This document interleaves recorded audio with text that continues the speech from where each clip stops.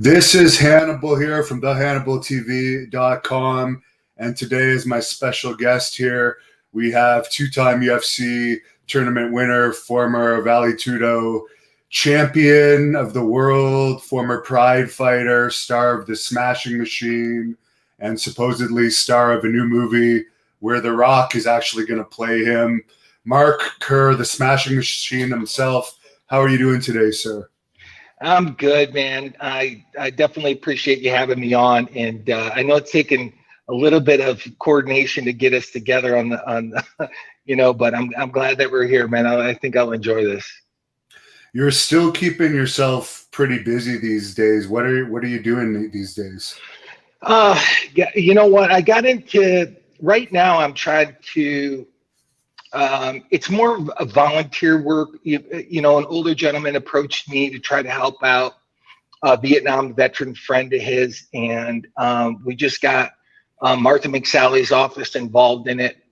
She's a local senator here, and we're trying to come up. She just got some legislation passed, and she's got her plate full because she's got re-election and stuff, but we're trying to get some stuff loaded up with her to start a Senate inquiry into some of the veteran issues that exist in Arizona. And we've helped actually rescue a couple of different veterans. It sounds kind of weird to even say rescue, but we basically had helped a Vietnam veteran that was put to a facility that it just didn't belong in the facility. And once he gets in a situation like that, it's very hard to get him out of it. And so that's what's been occupying a lot of my time over the last couple of months here. But I'm getting ready to, as COVID starts to break loose, I'm going to get ready to go back to work and, get back to the gym and do the things, do some additional things, I should say. Now, I know you had an extremely successful amateur wrestling career. How did you end up getting into MMA? Yeah, that's a very good question. So I moved out here in 1995, out here, Arizona, and the Sunkist kids were putting together a training camp leading up to the 96 Olympics. And so a lot of people from a lot of parts of the country came out here to train. And it was, oh gosh, man, it was me. It was all the locals, so like a guy named Melvin Douglas, Townsend Saunders. It was also going to be Kenny Monday. There's a lot of really good USA wrestling guys that were out here. Zeke Jones, who's now the coach at ASU. And so I came out here, and it just so happens that the facility that we were practicing in also had a dojo.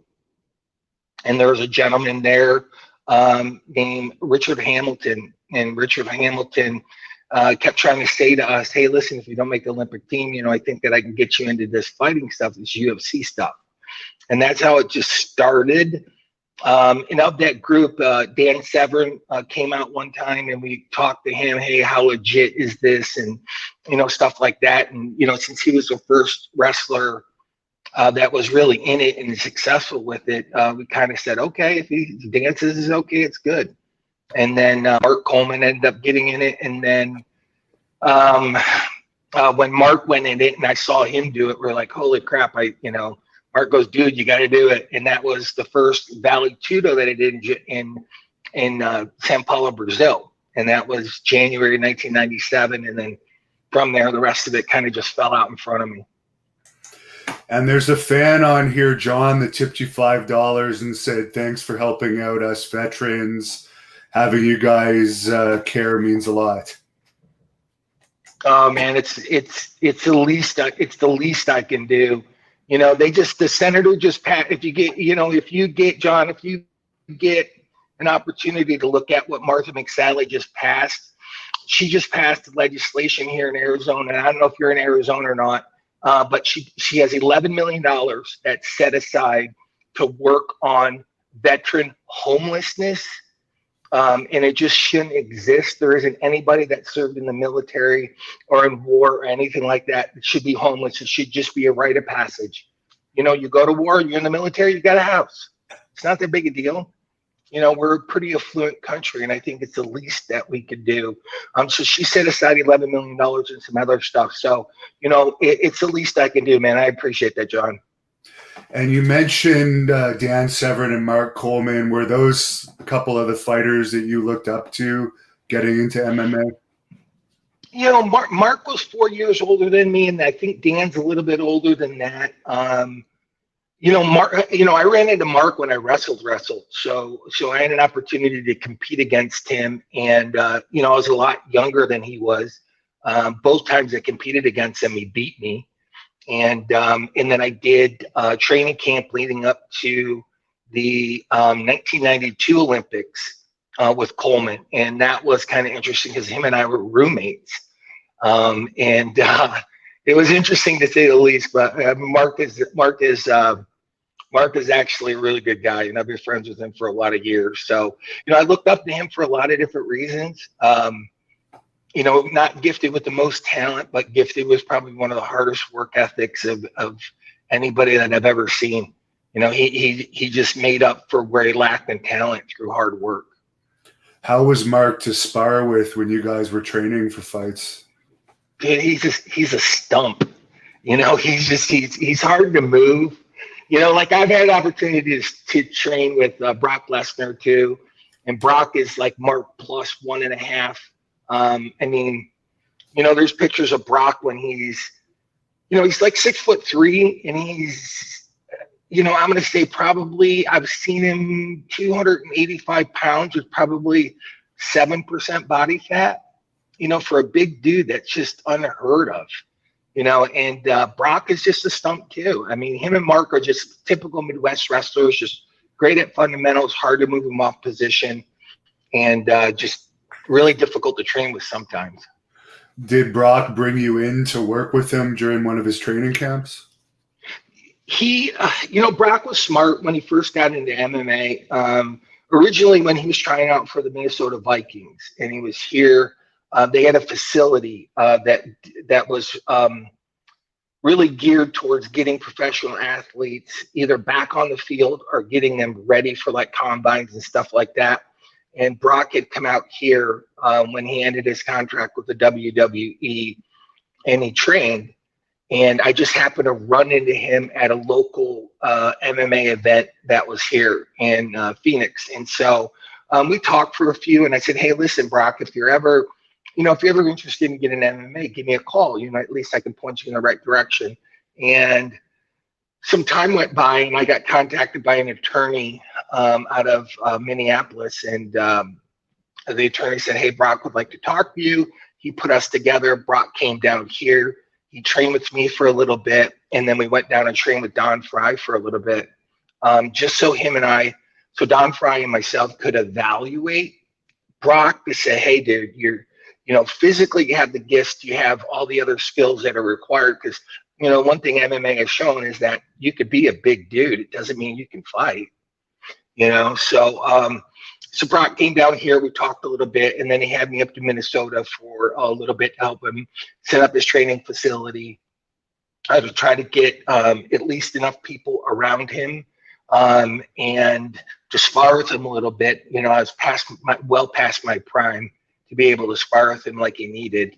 And it was interesting. I spent probably almost a month up in Minnesota with him. Wow. Do you think you would have done all right against him in an actual professional fight if you guys had been matched up together? Yeah, any of the wrestlers I think that I would do well against.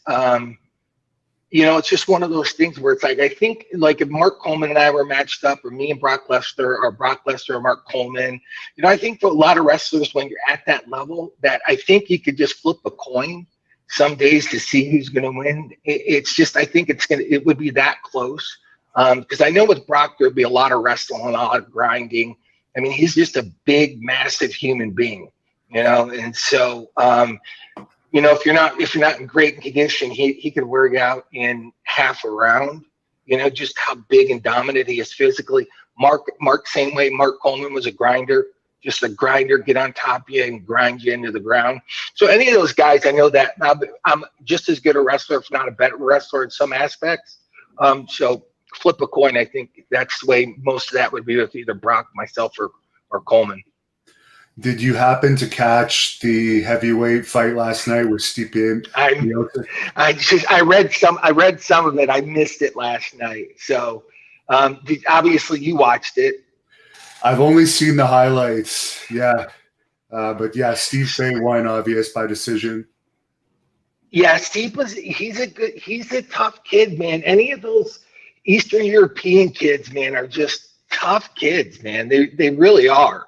A friend of mine who's a photographer here, a guy named Tony Mandarich, had taken some pictures of him and stuff like that. And I know Coleman has helped him out before.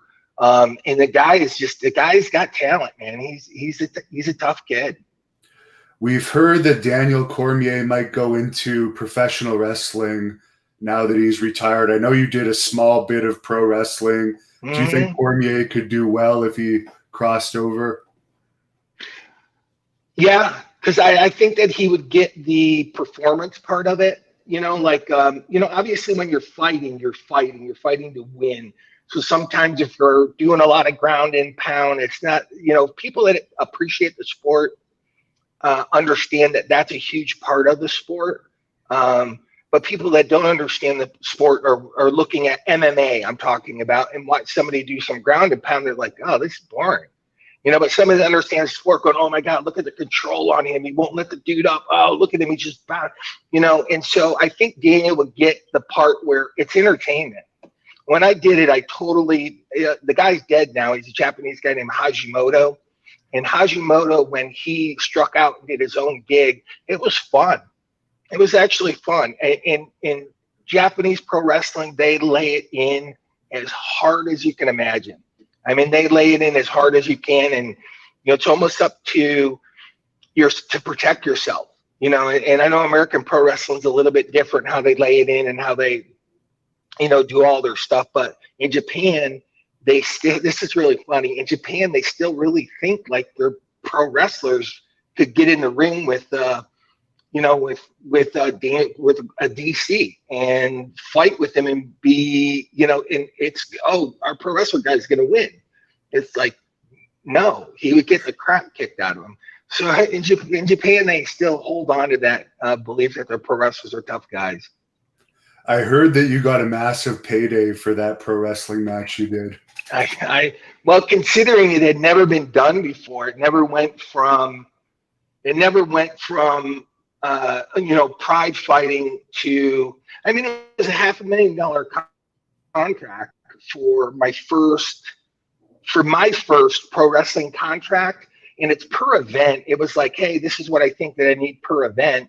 And I put some just crazy stipulations on it. Like, you have to pay me half up front, and then you have to pay me the full amount before 50% of the shows are done. And it was an agent that helped me kind of just throw all this wild stuff out there. And then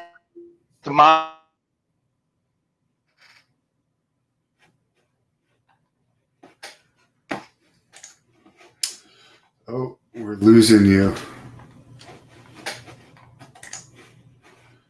That's not good.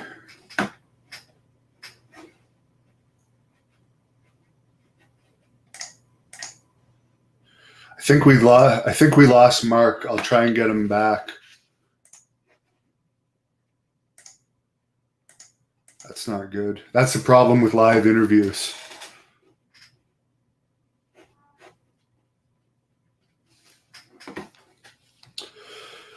We'll try and get him back. I'll send him a message now.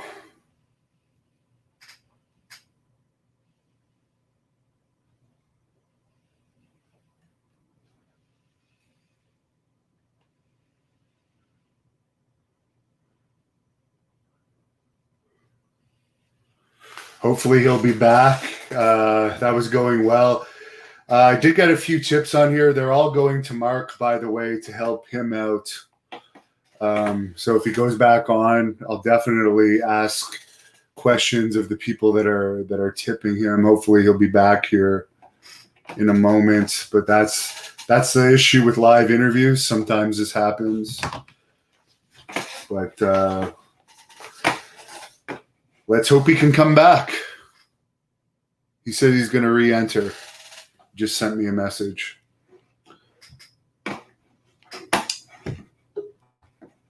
Here he is. Yeah, man. Sorry, Okay. but I don't know. I'm actually over a buddy of mine's house, and he doesn't understand anything about internet speed. So all he does is pop open emails. So he probably has. Anyways, so we're talking about the contract that I signed. Yeah, that's when it cut out. Yeah, the contract that I signed for somebody going from MMA over to professional wrestling, it just wasn't. I mean, you would end up with anywhere from probably a $5,000 to probably $7,500 a night guarantee, and they'd probably do, 5 to probably 8 fight guarantee, not fight, but performance guarantee, and it just happens where. Everything just kind of fell into place. It was actually really fun. It was really fun to do. And, if Hashimoto kept the event going more, I probably would have ended up renewing a contract. But, he ended up getting sick and then ended up dying of a heart attack, actually. Did WWE ever make you an offer? What's really funny? Rick brought me out to California to try to train me and a bunch of guys when he had his, what did he call that? He called it like university something, basically where you went out there and you trained in pro wrestling. He had those small little shows on the weekend where you kind of honed your skills, got your routine and stuff. So Rick had presented it. I had been to a couple different WWE shows and talked to Shane McMahon, and I talked to a couple of the other guys, and they're basically like, if you don't have your head screwed on straight, if you get in this and you don't have your head screwed on straight, the industry will just mow you down. You just be a number and a statistic, and that was basically it from everybody that I talked to. Is like, dude, if you're going to make the transition, you have to have things buttoned up. You need to be ready to work. They're on the road a ton. I think he said your first year you'd be on the road 300 days. I'd be like, oh my God, that's like a lot. Yeah. So it's and I didn't feel at the time that I could make that kind of commitment. So, like anybody that's an A-type personality, if you don't think you can be the best at it, it's like, okay, I'm doing really good with fighting right now. I'm going to stick with that and see what course that runs. And, if there's an opportunity for me to do pro wrestling in the future, I'll let that be. You have a fan named Rodney here that tipped you $20. He says, thanks for your exciting performances in your prime. He asks, why did you keep fighting after the Tararov loss? Why didn't you retire then? Why did you leave the UFC and Pride after UFC 15?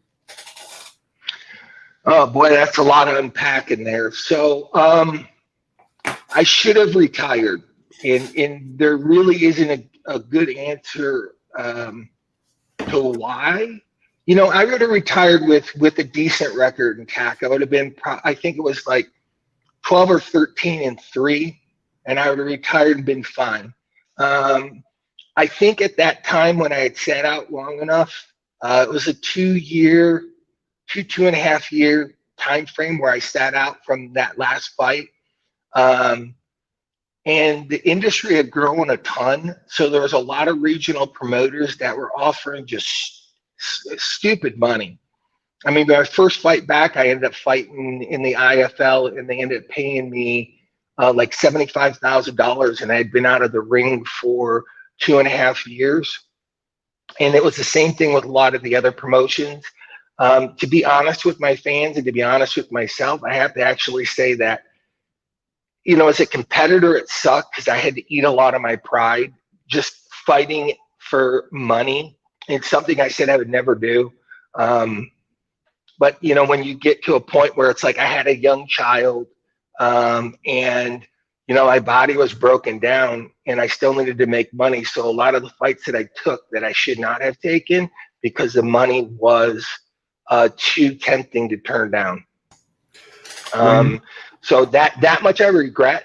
I mean, that's just being honest with myself and with my fans, that if I could take some of those fights back and rewind the clock, I would, but I can't, obviously. And, you know, some of the other things, what was there? That's the first part. What's the second part? Let me just go back to it for a second. The second part was, why did you leave the UFC for Pride after UFC 15? Okay, so that was money as well. And it was money and opportunity. And I'll give you the long, short answer for it. So it was still owned by Bob Meyerowitz, and Bob Meyerowitz was not paying any money. It was only legal in 4 states. And you just couldn't make any money doing it. They were offering me, they went from $25,000 for the tournament fights to $50,000 for a single fight. And then Pride got involved, and Pride had offered me $145,000, and they offered for me to fight against Hoist Gracie. So it was opportunity and it was money. And then it's just kind of ironic, when the UFC was sold by Bob Meyerowitz to Frank and Lorenzo Fertitta, they had offered me one time they offered me a fight, and it was against Pete Williams, and I was still under contract with Pride. They offered to pay me $25,000 to fight Pete Williams, and at the time I was getting paid, you know, 6 figures from the Japanese, and it was like, okay, I'm gonna take a chance to fight for the UFC, to fight Pete Williams for nickels, or I can stay with Pride. So I just continued to fight with Pride. When you were fighting with Pride, did you ever have much dealings with the Japanese Mafia? I know for wrestling, they sponsor a lot of wrestlers, and there's some stories from wrestlers about them.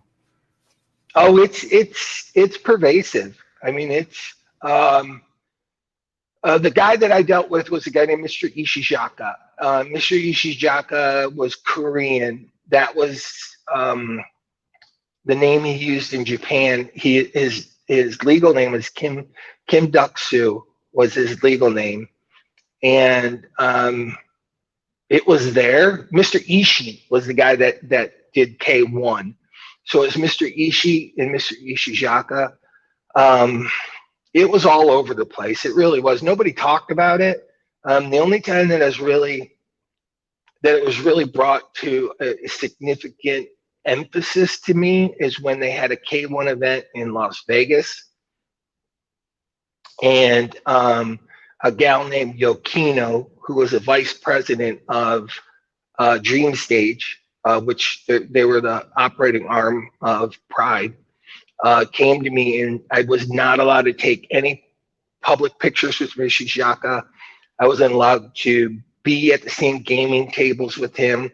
I wasn't allowed to participate on any level. I wasn't allowed to have dinner with him. I wasn't allowed to be seen with him. I wasn't allowed to do anything, because in Japan, I could actually do those things. I could go out to dinner with him. I can go out for entertainment. You know, I could go out, you know, and participate like that, because nobody would take a picture of him there.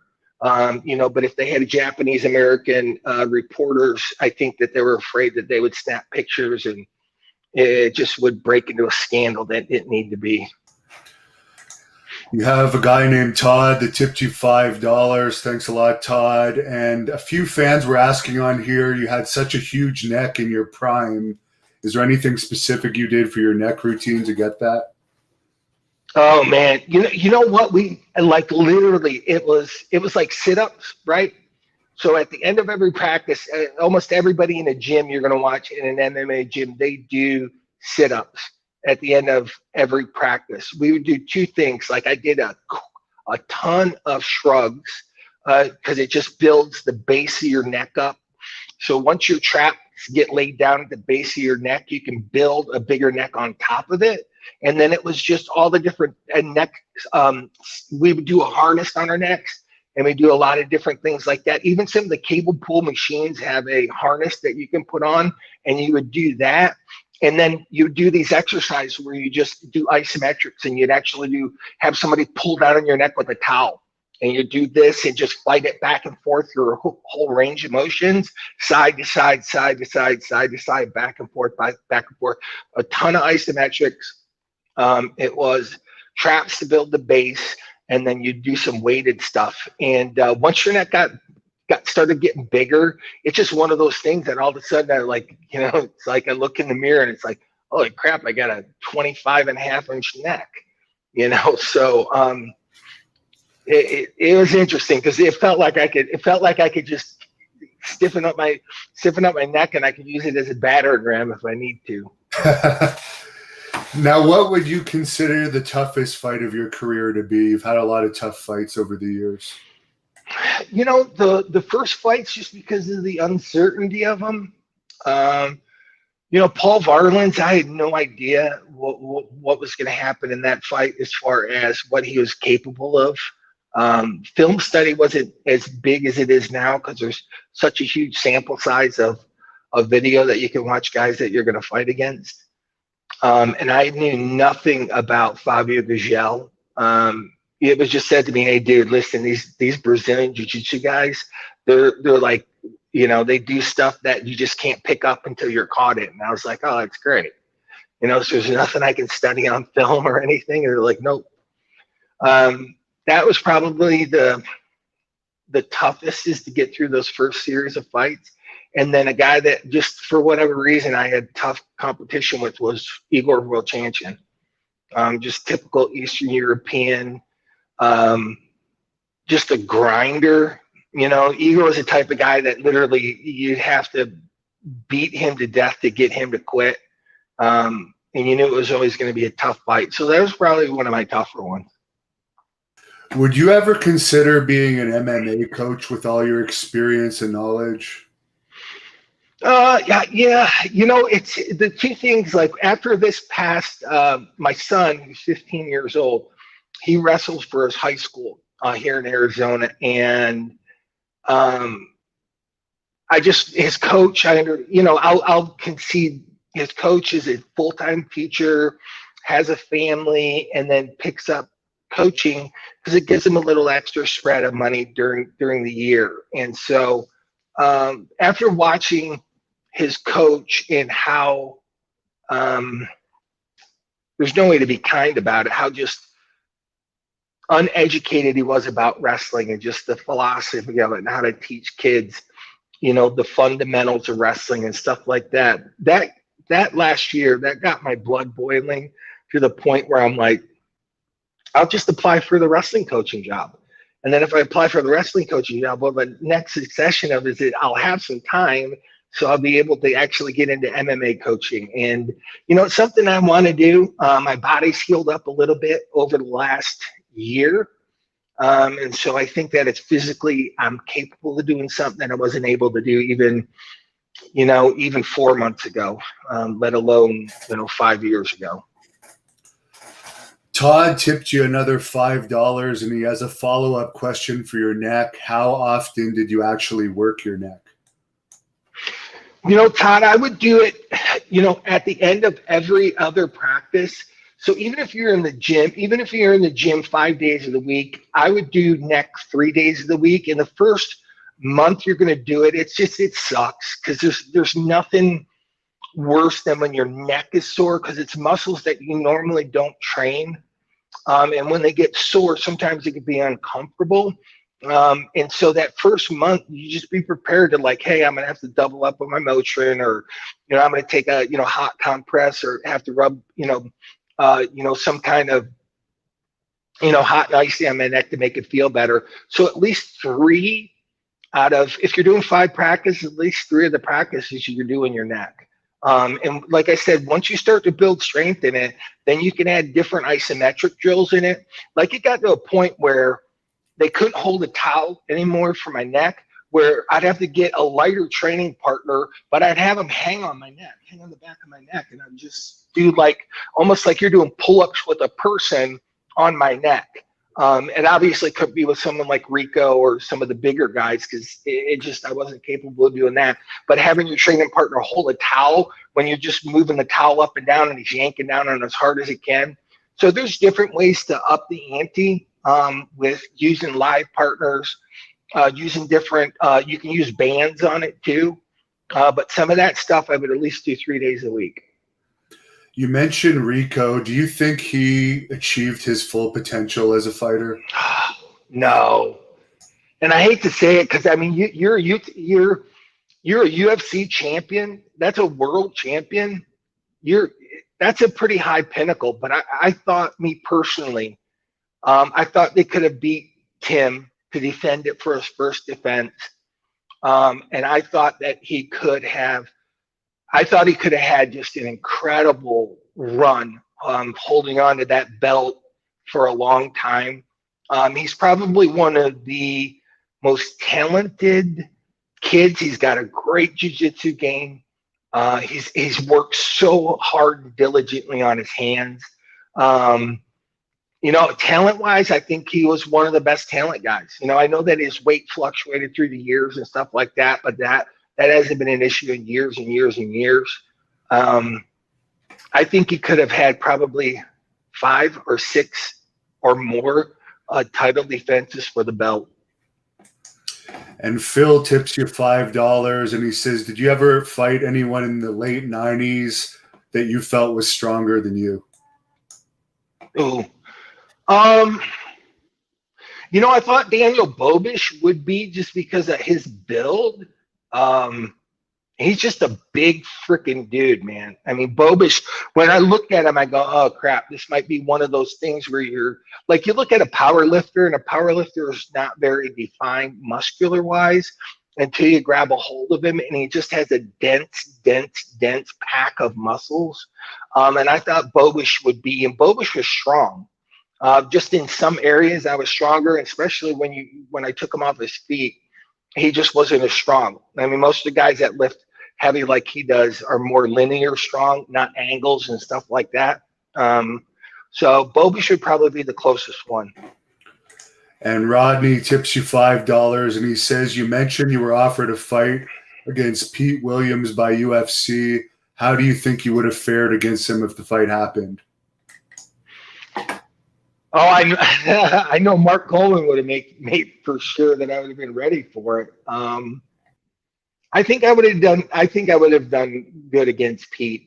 He was really good striking skills, had average ground skills. And at the time that I was fighting, when I was offered the fight, I still was just so heavy ground and pound that, anybody and you know what, in Pride, you weren't allowed to elbow. And in the UFC, you're allowed to elbow. So that would have been just a huge weapon that would open back up. And if you got me on top of somebody and gave me elbows, I just don't think they'd last very long. Sammy Boy tips you $9.99 and says, who gave you the nickname of the Smashing Machine? I just went through this. So the Brazilians did. There is a article in, it's not Gracie magazine. It's called, I think, Autonomy, or, oh gosh, man, I'll have to actually pull it up for my sake, but it's, I believe, and I'm butchering this in Portuguese, but it's like Máquina de Bater, the machine that smashes. And so after I fought Fabio Gugel, and what I did with him over a 15 or, I forgot how long it was, 15 or 20-minute fight, they watched me take one of the guys that, I think at the time he might have been a 2 or 3-time Brazilian national champion in Brazilian Jiu-Jitsu, and just manhandle him. And so, like, oh my God, the Máquina de Bater, the machine that smashes, the smashing machine. And John wants to know if you ever amateur wrestled Kurt Angle. Yeah, I actually amateur wrestled him for God. So Kurt was a heavyweight in college. Even though that size-wise, Kurt is a little bit smaller than I am. And in college, I was bigger and cut down to 190 pounds. So in college, I never wrestled against Kurt, but I wrestled against him in 1992, 93, 94, 95. And so at one point, I was up where Kurt didn't beat me in those years. Kurt didn't beat me until 1995 when we wrestled in the Freestyle Nationals. We had tied at the Freestyle Nationals. I believe it was 2-2 or 1-1. And he beat me on passivity calls. And then 6 weeks after that, you have the World Team Trials. And I wrestled Kurt again there. And he beat me. You wrestle to make it as the number one guy for the worlds. You have to wrestle the best out of 3 matches. And so Kurt beat me 2 matches out of 3. And again, it was like 2-2. And 2-2 we tied. 1-1 we tied, but he beat me both times on passivity calls. So our record actually stands where I have four wins. Let's see, 1, 2, 3, 4. No, I think we're 3-3. I think I beat him 3 times and he's beat me 3 times. How would he have fared in an MMA fight against you? Oh, I would have killed him. he just, the thing that Kurt is so fast. I mean, like, unbelievably quick. I mean, like when you're wrestling against him, there's a match that's coming up. Kurt has a documentary that's coming up, and in that documentary, there's a little bit about me and him and our competitions against each other. And so the 1994 Freestyle Nationals anyways, we wrestled against each other. He wasn't big enough. He wasn't strong enough. And I was just a bigger, stronger 220-pound wrestler, so I can fend off his attacks. The number one counter for speed in wrestling is strength. And so I was just bigger and stronger. He can get in and attack me. He just couldn't finish it because he wasn't strong enough. And then in 1995, he got in. So in the years he would end up fighting me at the early part of my MMA career. I was big. It was just I would have destroyed him. Sorry, Kerr. And you were portrayed in the movie Foxcatcher. Did you see that, and how did you think of the way they portrayed you? It's interesting because I didn't come into Foxcatcher until basically almost the whole entire house of cards had fallen down. For the 1993 World Team Trials, John DuPont watched me wrestle, and he had some weird things, like he preferred wrestlers that were born in certain months. And I was a Sagittarius. He preferred Sagittarius wrestlers. It was just one of his little giddy ups. And so in 1993, I signed with Foxcatcher. And then 3 years later, in January, Dave was murdered by John. So I wasn't there for that long. It just was a weird giddy up, and everybody kind of just turned a blind eye towards it because, as wrestlers, we know that every dollar counts. So if someone's giving you $1,200 or $1,500 a month, that covers so much of what you need money for when you're trading. And, I just think that, portrayed things relatively accurate because there's enough people that were around that scene and had enough input and gave a clear enough perspective of really what was going on to give a pretty accurate portrayal of it. It's just interesting because I look back on it and I still get sad, about Dave. And he was my coach, and I didn't go to the funeral. I regret that a little bit, but John's estate was paying for the airfare to go to the funeral, and I felt weird about that. And I figured I would just skip it and mourn it my own way. So there's some stuff that I could have done better for me emotionally, and so it's history books will tell that story over again. Double S tips you $5 and says, "Can you address the rumors that there were fixed fights in Pride?" I've spoke about this before, and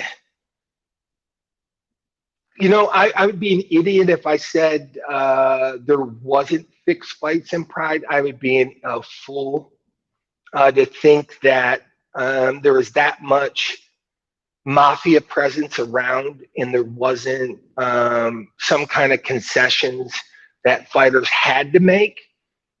I don't think that any fighter in their right mind would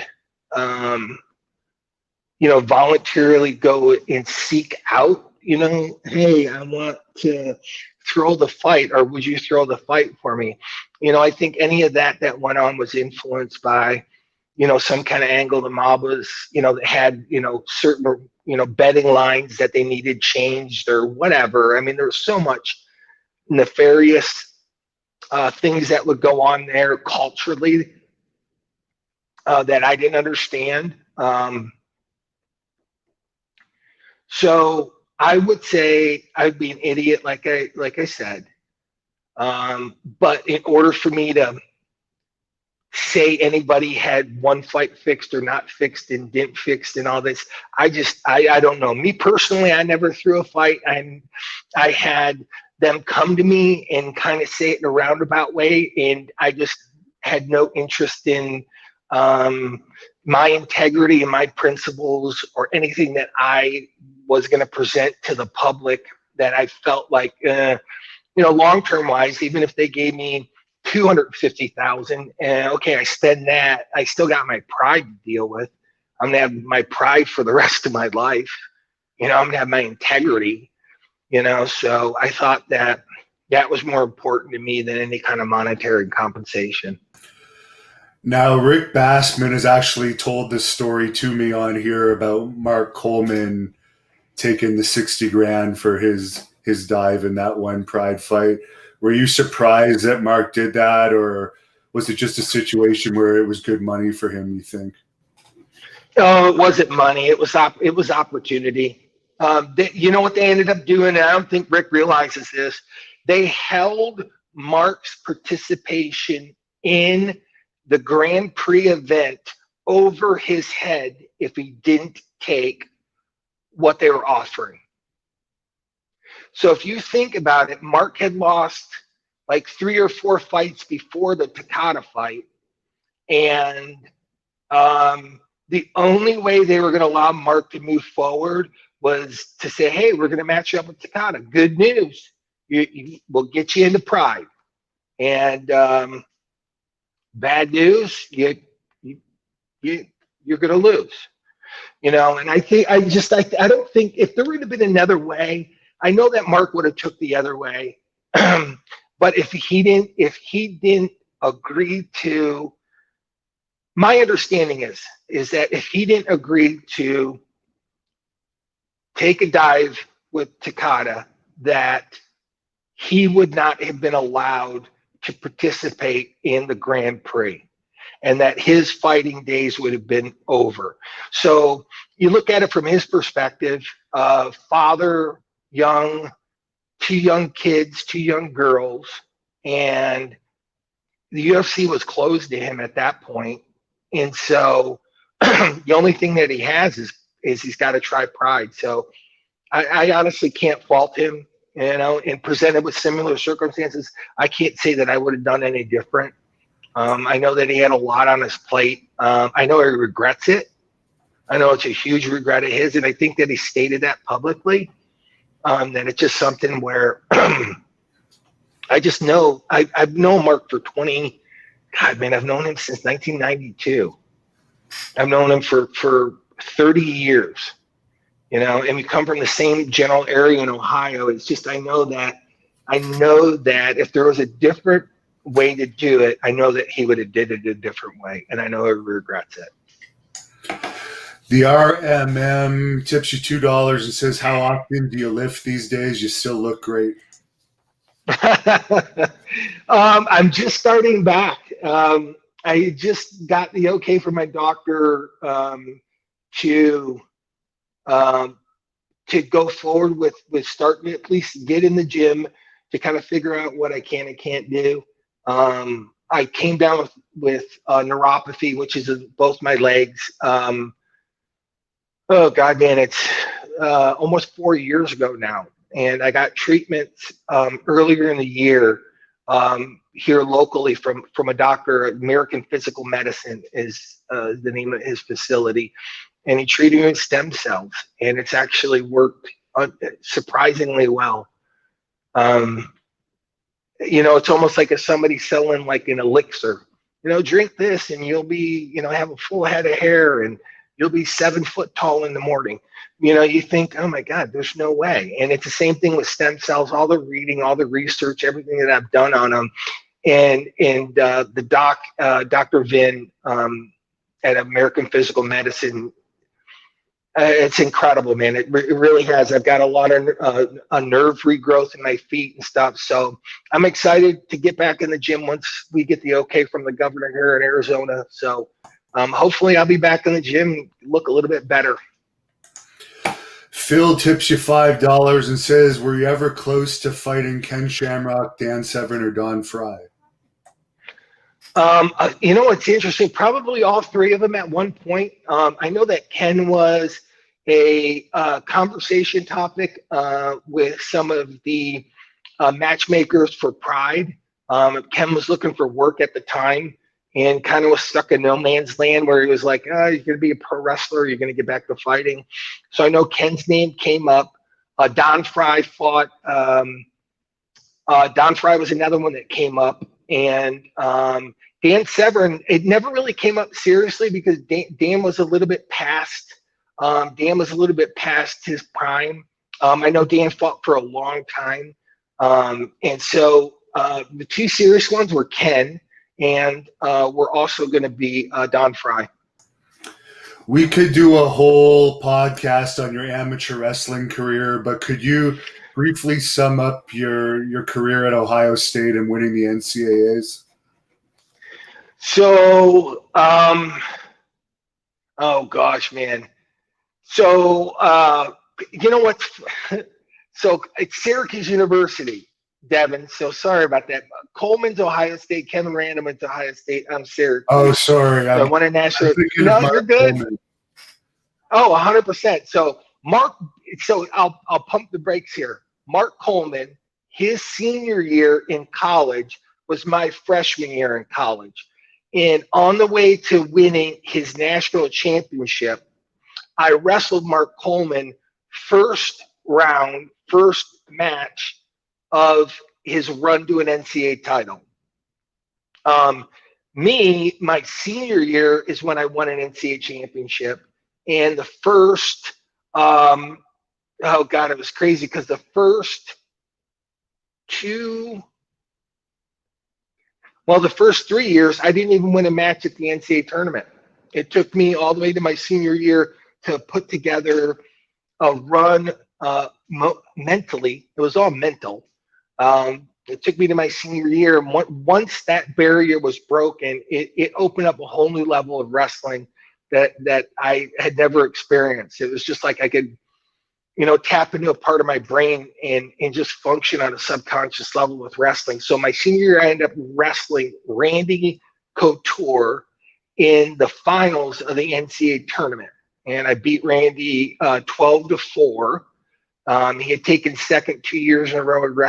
Randy wrestled for Oklahoma State. So it's just kind of one of those ironic things that you tie Randy Couture, myself, Mark Coleman, and Kevin Randleman all together, which is a pretty interesting lot. What do you think about Syracuse no longer having a wrestling program? I don't think they do anymore. No, they don't. They don't. I think it's tragic. Like anybody that's heard me talk about wrestling, the thing that I like about wrestling is, you know, all the individual stuff, obviously, you know, it's imano, it's you against another person. It's more of your mind's dueling than it is your physical self. But very few sports offer the opportunity for some kid that's 115 pounds where you can compete at a world championship level or an Olympic level. And that's the beauty about wrestling, is it includes such a diverse bunch of kids. So there's no other sport. Ask a 115-pound kid if he wants to go out for the varsity football team. He'd tell you, hell no. You know, and so that's the thing about wrestling, which I like. And for them to exclude it, it's just a matter of time before they start trying to go after all these smaller Division I sports to try to get them where they're just don't exist. And it'll be a sad day when that happens. Did you ever have any talk about fighting Tank Abott over the years? He's done a few videos on this channel. Yeah, you know, I don't think, again, it's one of those where I don't think it was that serious with Tank. But you know, he would have been another good one. You know, he's atypical early UFC participant where you just didn't know. It was like, hey, dude, you know, I think he's tough. And you put him in there and he actually punches like a mule, you know, and it's just kind of interesting because at the early days of the UFC, they just didn't know what was going to be successful in that ring. There's a fan asking here if you ever saw any backstage fights at an MMA event. With corners, I have, and with promoters and stuff, but with fighters, no, there might have been some mouthing off and stuff, but 9 out of 10 times, fighters are gonna settle into the ring and they were gonna leave it in the ring. There's still enough respect in the sport where, you know, unless you're doing something stupid, where you're doing like a Conor McGregor and you're taking it to a level it should never be. Talking about someone's religion or family or stuff like that, you know, that's when it can get ugly. But if you're just talking about the individual, I'm going to whip your ass, I'm tougher than you, I'm better than you, you know, and ask for your mom, you know, that's no big deal. You know, but if you're taking it to a different level, in the back, you're going to get in a fight. When I was doing it, there weren't any Conor McGregors. I mean, it was just guys that were taking it in the ring, they were leaving it in the ring, and that was it. Who punched the hardest of all the guys that you fought? Oh, fuck. Oh, God, man. God, Volchanchin punched hard. God, why can't I think his name? I'll circle back to this question because I'm trying to think right now. Volchanchin punched pretty hard. And there was, I'll circle back to the question. I'll give you an easy question. How did this whole situation with The Rock come about where he is apparently going to tell your story in a movie and actually play the role of you? Just strange. So I'll wind the clock back a lot of years. So I lived in Santa Monica for 3 years. When I was living there, The Rock started in MMA or started in pro wrestling in 1996. I started in MMA in 1997. So 2 years later, so 3 years later, I moved out to California. The Rock was still living there, and I happened to run into him like 1999 when he trained at Gold's Gym, and we just had brief conversation, and that's it. And then my documentary comes out a couple years later. He had the opportunity to look at the documentary, and I ran into him again at Venice, and him and I had a longer conversation, and he said, "Hey, do you want to grab lunch?" And I said, "Yeah." And so we go and we have lunch and we exchange numbers and stuff like that. And then life happens. And, you know, he goes on to do his pro wrestling stuff, and I go on to do my MMA stuff and all these different aspects of it. So a lot of time goes by. And so this is from what he told me and what his agent told me. So recently, last year, he says he wakes up in the middle of the night and he has an idea, and he goes down on his computer. He pulls up the Smashing Machine movie. He watches that. He watches all these other things he can find on the internet. He wakes his manager up at like 4 o'clock in the morning, and he goes, I found my next project. I want to put this together where I'm going to do a movie about Mark Kerr. And so at that point, you know, this is last year, so I'm not really on social media a ton. He tracks down Brad Schlater, his agent, tracks down my ex-wife, Dawn. Dawn gets a hold of me. I call out to Brad, and Brad shares that story with me. Hey, he was in the middle of the night, sleeping, gets up, says, this is what I want to do. And, you know, so Brad Schlater goes about acquiring all the rights. So I had originally sold the movie rights, and I had sold some other rights that are associated with the movie to a production company, and it ends up being where an Israeli gentleman ended up buying my life rights and my movie rights and some other rights. I didn't know there were so many rights to a documentary. And so The Rock buys them all. And then him and I talked right before he made the announcement at Madison Square Garden. And, you know, he basically said, hey, you know, when we had spoke, you know, years back, I wanted to do a project like this. And I didn't have any juice. I didn't have any pull. He goes, now I have the ability, I have pull. I can get this done. And so he goes, just hang tight. I'm going to make some announcements on Instagram, and we're going to put this thing together, and it'll be fantastic. You're going to have a blast doing it.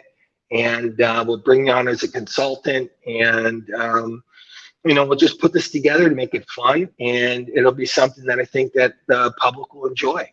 And so it's just kind of one of those weird things where, you know, him watching the documentary years and years and years ago, and having that kind of planted in his mind, you know, it just popped in his mind again. He's like, oh shit, I can get this done.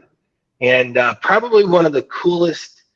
You know, I know everybody says this, but probably one of the most gracious, coolest dudes. I mean, he had said to me, he goes, you know, hey, Mark, I just want you to know this is an honor for me to do this, for me to take this on and put everything I have behind it to make it the best possible production and movie that I can. And you know, it's just something that I really think that I can do a great job with. And, you know, everybody involved, I think, will be happy with the product, you know, at the end of the day. So, you know, then obviously COVID hits and all this stuff hits. So, you know, things are still moving forward.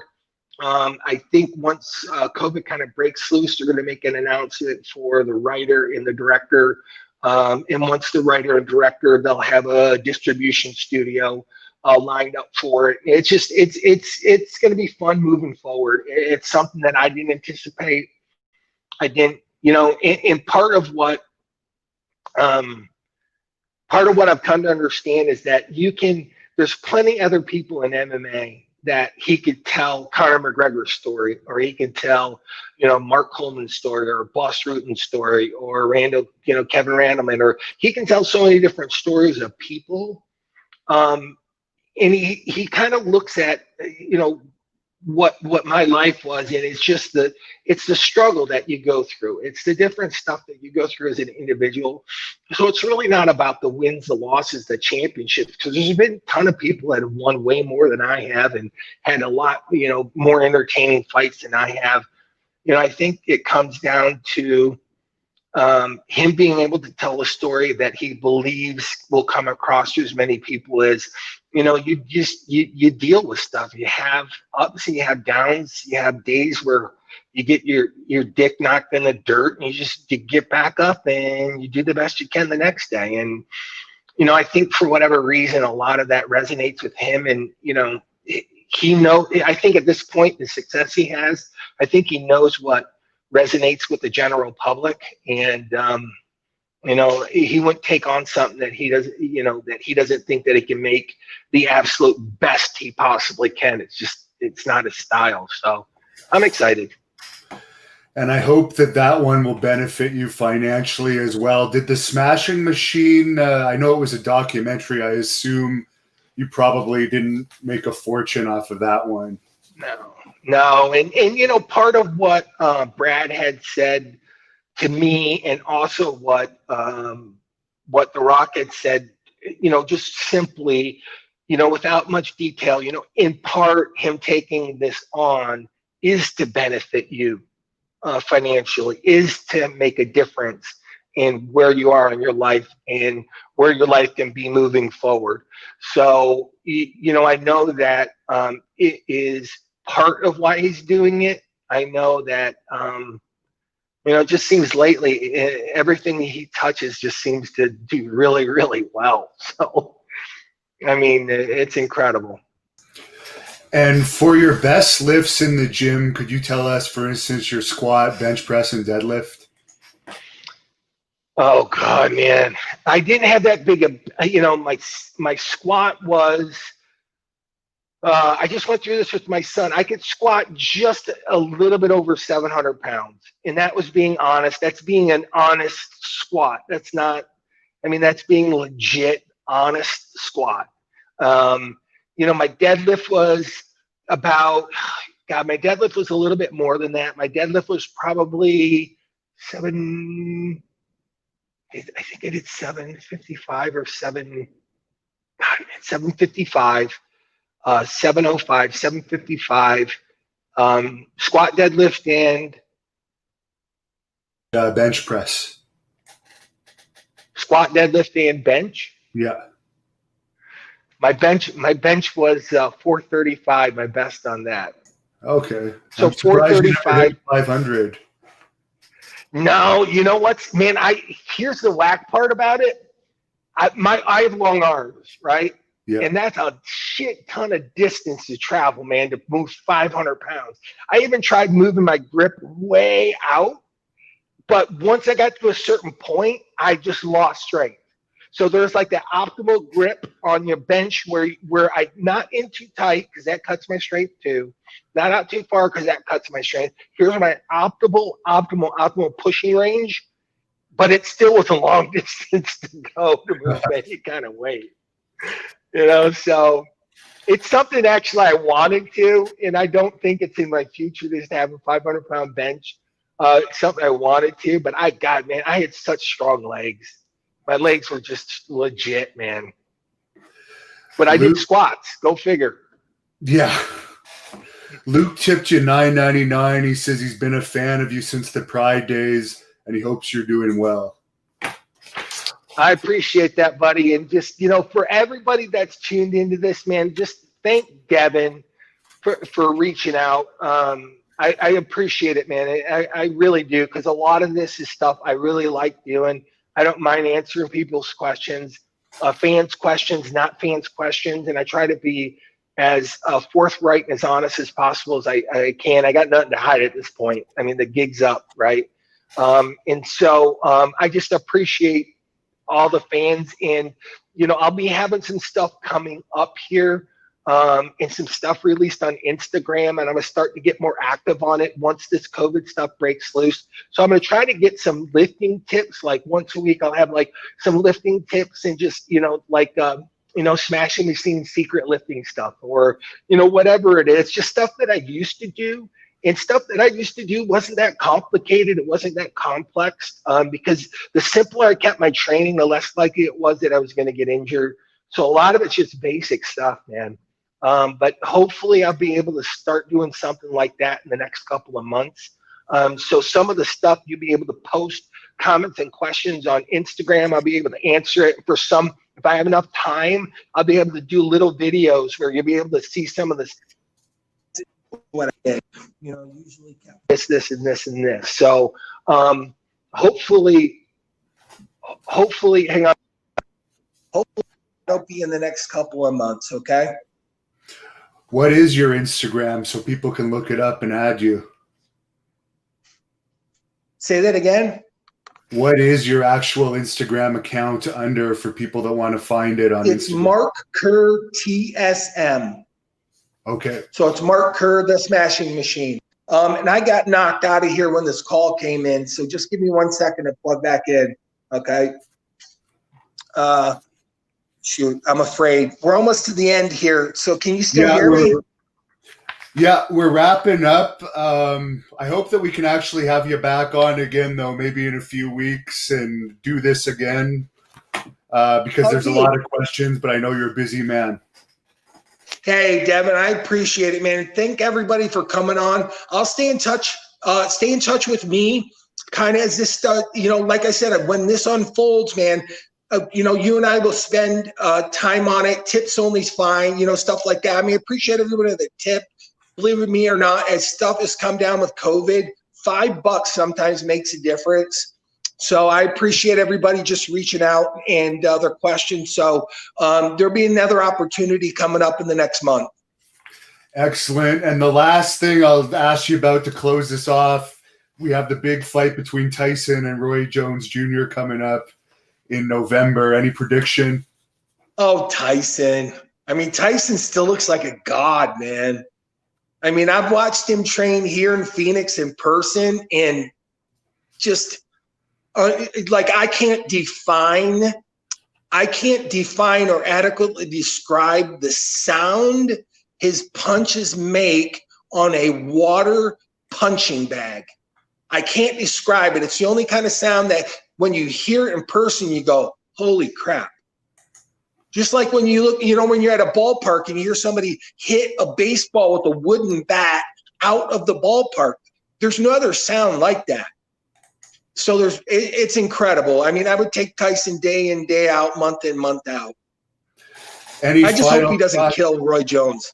I actually almost fought Roy Jones a few years ago, but the Arizona Boxing Commission wouldn't sanction it. He had an open challenge. I wanted to have it, whether I would win or not, but they wouldn't. That would have been great. That would have been fantastic, man. Oh my God. Oh, so do you have anything you want to close up with? I know you got to get going, but any final comments for the fans here? No, just again, man, I really appreciate you guys. I do. And I don't do this often enough. And it's something I'm going to start doing more and more and more. I just want everybody to know how much I appreciate their questions, and I appreciate them being my fans through the years. It does mean a lot, man. It's a crowded place with how many, fighters are out there now. So I appreciate everyone for still being a fan. Thank you.